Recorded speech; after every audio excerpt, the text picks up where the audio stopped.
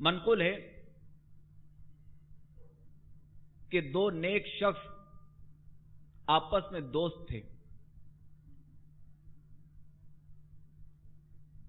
ان میں سے ایک دوست بتقاضائے بشریت کسی کے عشق میں مبتلا ہو گیا اور اپنے دوست سے کہا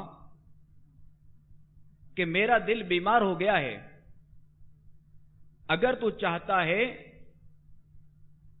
کہ مجھ سے محبت و دوستی کا تعلق ختم کر لے تو تجھے اس بات کا اختیار ہے.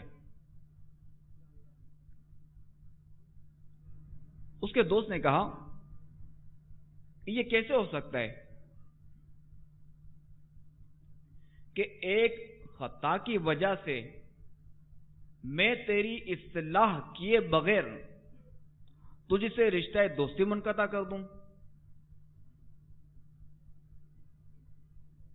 پھر اس نے پختہ ارادہ کر لیا کہ جب تک اللہ تبارک و تعالی میرے اس دوست کو اس خطا سے نجات عطا نہیں فرمائے گا تب تک نہ تو میں کھانا کھاؤں گا اور نہ ہی پانی پیوں گا.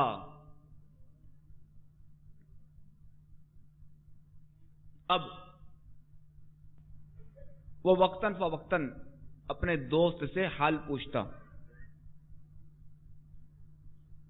یعنی جس خطا میں وہ مبتلا ہوا تھا پوچھتا اس حوالے سے یہ تمہارا کیا حال ہے. تو وہ دوست یہی جواب دیتا کہ اب تک جو ہے وہ بدستور مبتلائے مرض ہی ہوں. اب یہ دوست مسلسل کھانے سے کنارہ کش رہا،